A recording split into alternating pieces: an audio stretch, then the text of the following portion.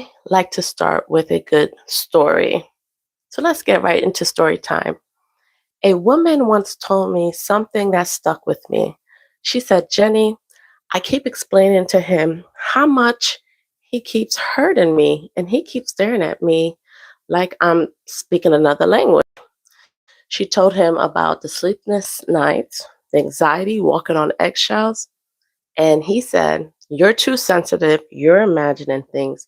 And here's the interesting part. She didn't hear those words once. She heard them hundreds of times over the years. And eventually she started asking herself the most dangerous question. Maybe I really am the problem. Let's pause here.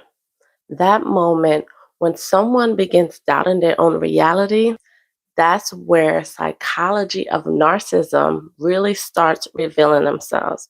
So today we're going to unpack how narcissistic minds work and why these relationships can feel so confusing, addictive, and emotionally exhausting.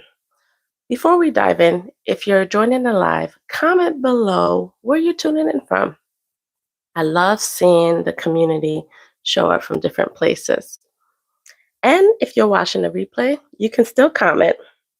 And those who are new here, my name is Jenny Gaston. I'm a therapist on this channel, and we talk about all things mental health. That includes anxiety, depression, trauma, narcissistic relationships, even perimenopause and hormonal changes. So if this sounds like your kind of conversation, subscribe and let's keep it rolling. All right.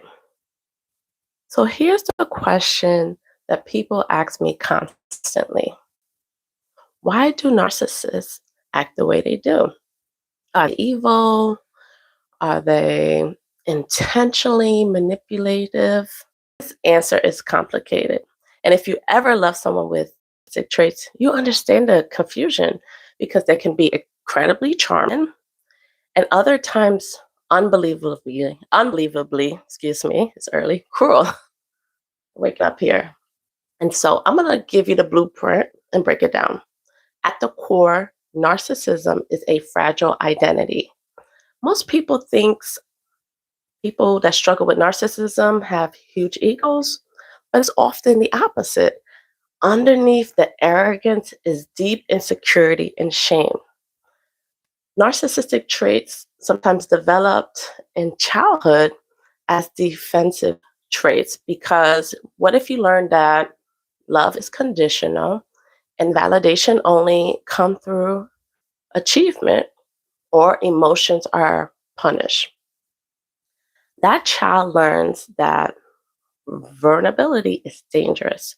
So instead of developing a healthy sense of self, they develop a false sense, a persona, a mask built on admiration, control, and external validation because that is how they feel safe. This is why narcissists often seek attention, power, admiration, and control. Because if they don't have these elements, their fragile identity starts to crack. That's why during these relationships, you see charm followed by emotional manipulation. So if you see these traits, comment, I see it. You're not alone. Now, narcissistic relationships often follow a pattern. You see love bombing, all the attention, you feel seen, chosen, special, seems magical. Then something shifts. You see a lot of criticism, gaslighting, emotional distancing, and you get confused because, thanks for the hearts, the person who was building you up starts tearing you down. And here comes trauma bonding, cycle of hope, confusion, pain, disbelief, and your brain releases dopamine every time your relationship goes up into the bliss and down into the picking of the fights. And then next thing you know, your relationship feels like an addiction. So question, Have you noticed how narcissistic relationships can feel intense in the beginning and exhausting in the end? Comment yes if you see this. And here's the part that confuses people the most. Narcissists can show moments of kindness, vulnerability, and regret. And you think, oh, maybe they're changing. But psychology tells us something else important. A single apology here and there don't change years of manipulation.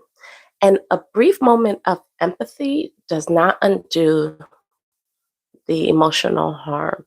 Real changes require ability and that deep work, and sometimes intensive therapy. I'm not saying these changes are not possible, but it does take intention. And so, in a brief moment, I am going to give you some journal prompts to support you because healing starts with clarity. Okay. So tell me how you feeling today. Okay. This is my feeling pillow. If you Google the feeling wheel, you'll see this diagram. You could take a screenshot of. It's really great with kids and teens. Let's keep it rolling.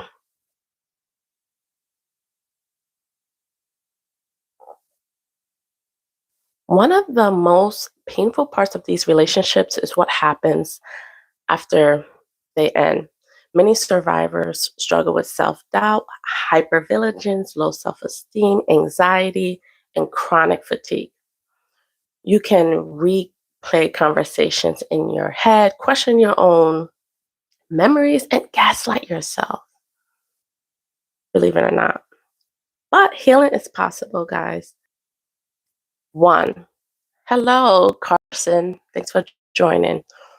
So the journal prompts is what parts of myself did I silence to keep the peace?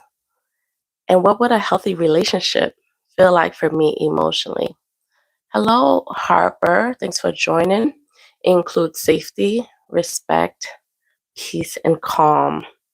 So if you're going through this journey, I want you to know you're not alone. We have a Facebook support community called No Contact Narc Chronicles, and I'll leave the link in the description.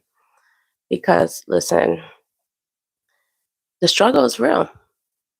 And if you enjoyed this live, make sure to subscribe and hit the notification bell so you don't bell. It's early, guys, so you don't miss the next video. Okay, I'm in on it, says Carson. Yes, knowledge is definitely powerful. Thank you for the comments. I really appreciate it.